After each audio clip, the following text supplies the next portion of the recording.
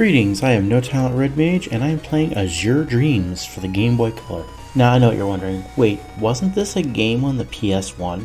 Yes it was, and this port is effectively a cut-down version of that game, though with improvements in balance comes a loss of town building and waifu hunting, though in their place is a much longer dungeon.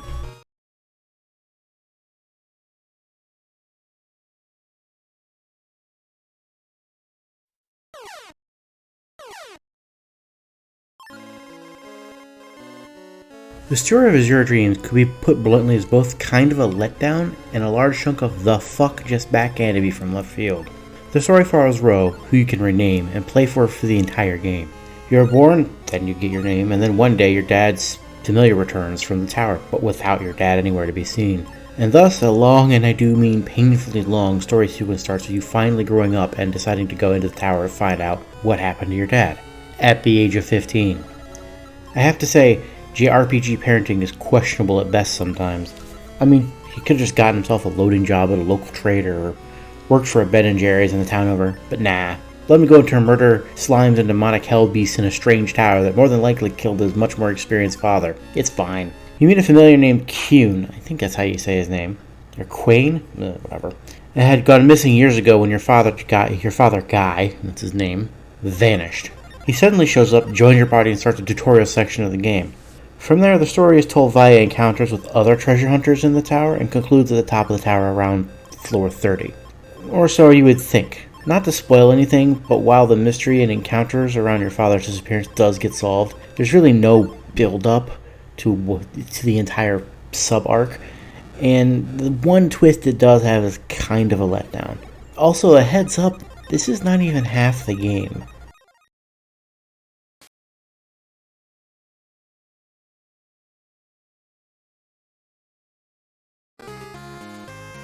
Where to even begin? This game is kinda like if Pokemon and a roguelite had a child. You start off ascending the tower with just you and your familiar Kuhn, and you start off every climb of the tower at level 1, but your familiar keeps all of his stats and abilities from each run.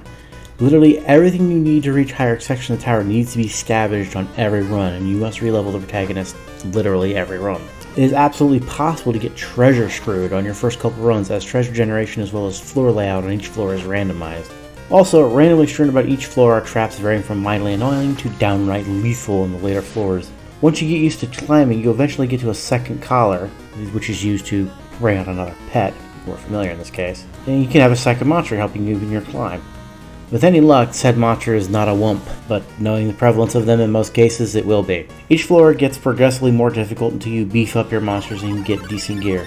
Oh, and fair warning, you probably will get wrecked on floor 20 by the mini-boss. After a run through the tower, using your wind gem to escape, you come to town section of the game.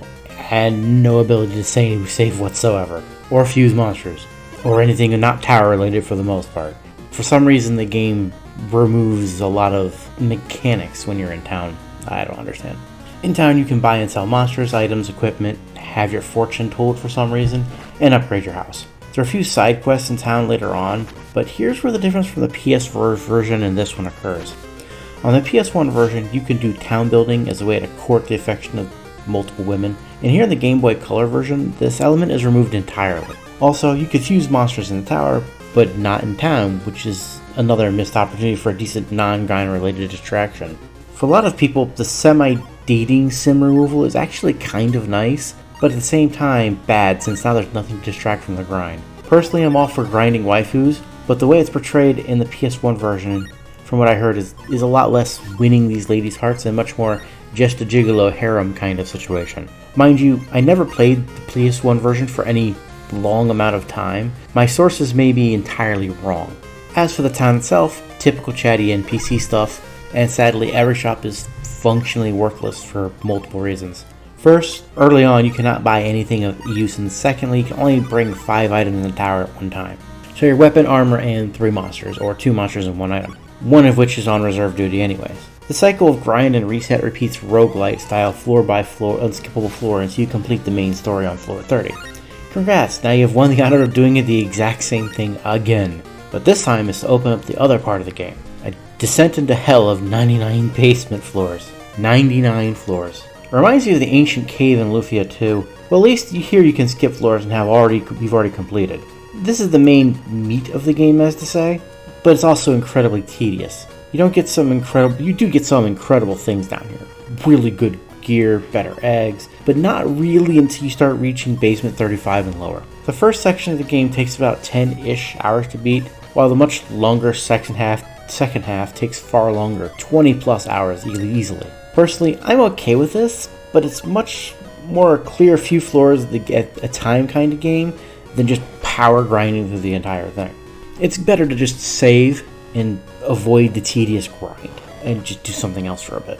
And also, there's not really any side character interactions when you're going through the base, which kind of detracts from the value.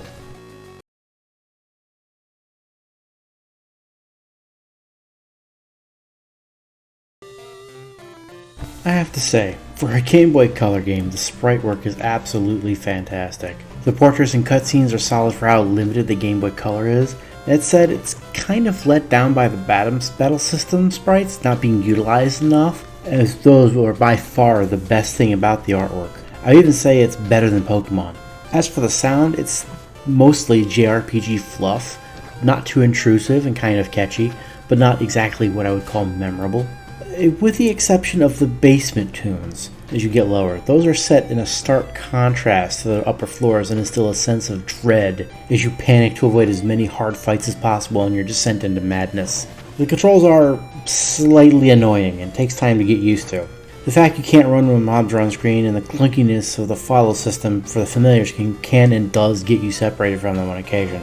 It takes a bit to get used to, but it serves its purpose.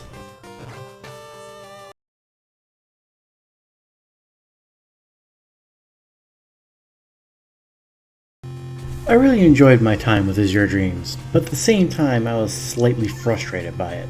I may seem a little bit nitpicky, but the inventory's limitations, the inability to have more than 3 familiars in your person at once, and the less than stellar story kinda kept me from enjoying it to its fullest potential.